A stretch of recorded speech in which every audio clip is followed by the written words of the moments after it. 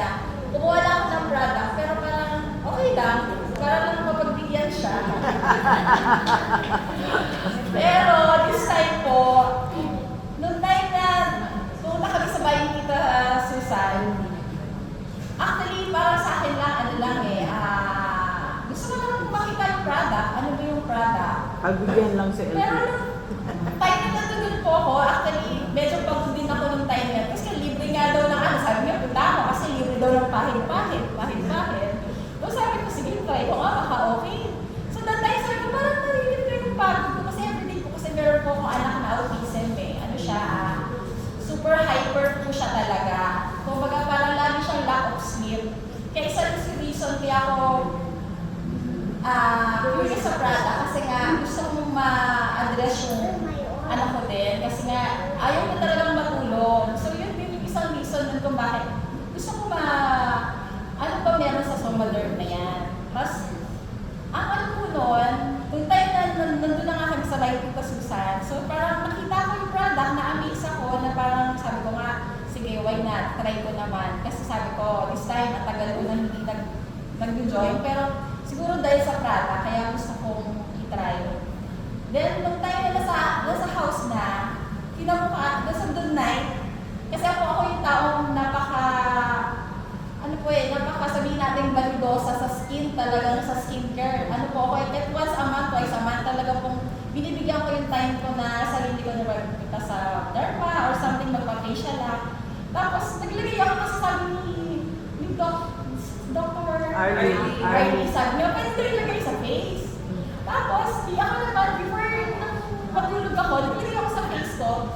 Tapos, tayo nakikabukasan, na-amaze ko sa product kasi sabi ko, parang nagpa-derma.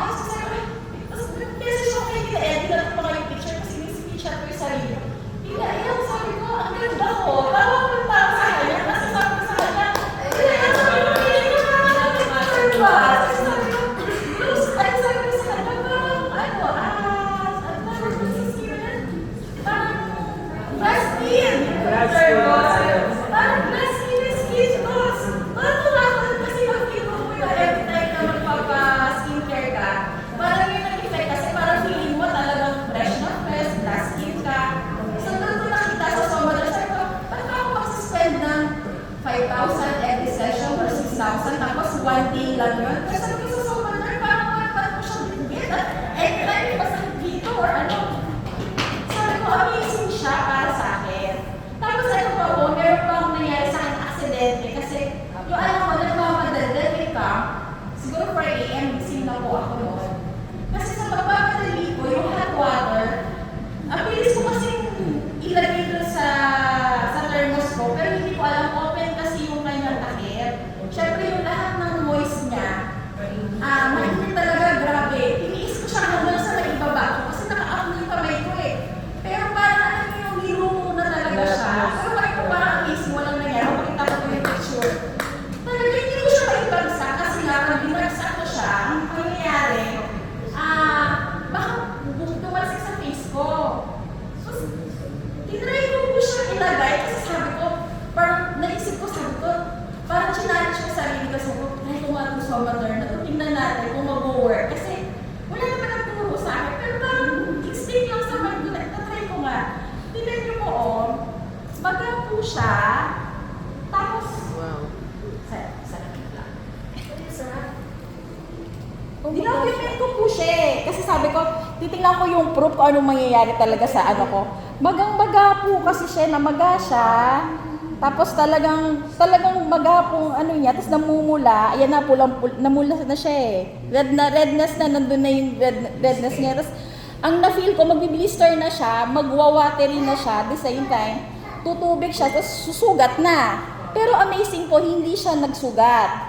Tapos nag-redness siya. Tapos nag-dry na po siya, wala siyang blister, wala siyang watery, everything. Tapos nag-heal na siya. Totally nag-heal na siya. Amazing po, wala siyang scar, anything. Wow. Ayun. Tapos meron pa ako isang alam ko na, aksidente ko na mainit naman yung coffee. Mainit na mainit. Mag-ala naman yung rin ako.